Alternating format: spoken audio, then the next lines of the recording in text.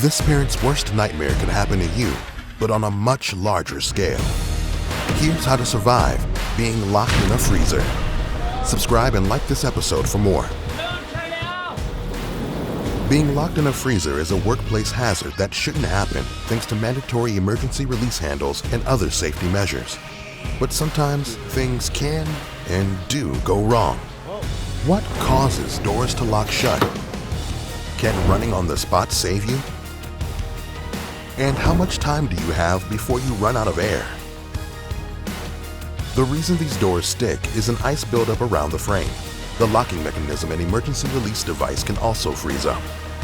So if you find yourself trapped in a freezer and you can't get out, just chill and follow these steps. Step 1. Call for help. Fortunately, most of us always have our cell phones with us.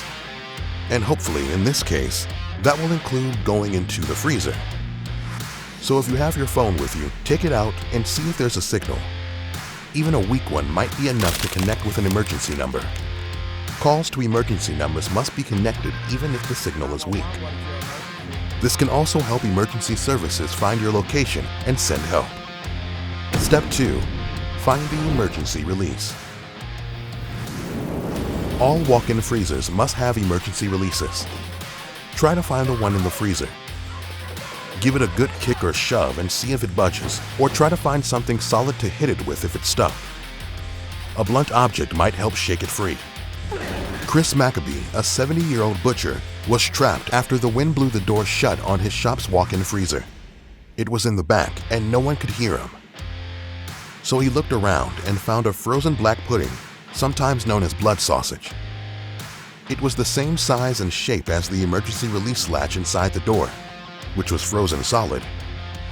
A few bashes with the banger, and he managed to break out. Step 3. Conserve your heat.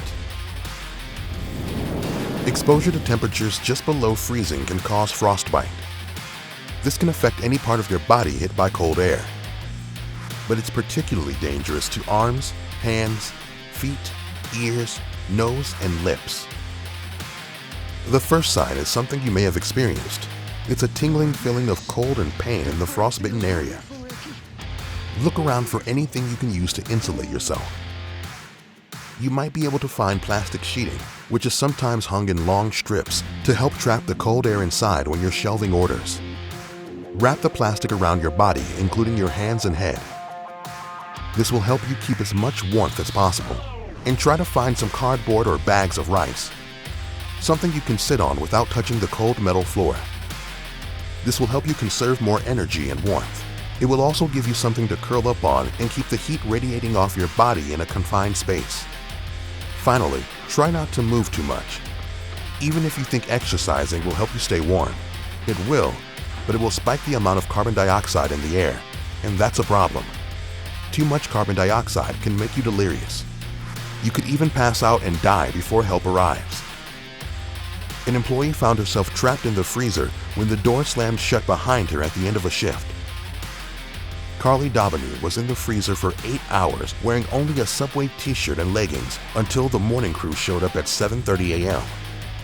She said her muscles were so cold it was difficult to walk for a few days. She also had a migraine and dry skin.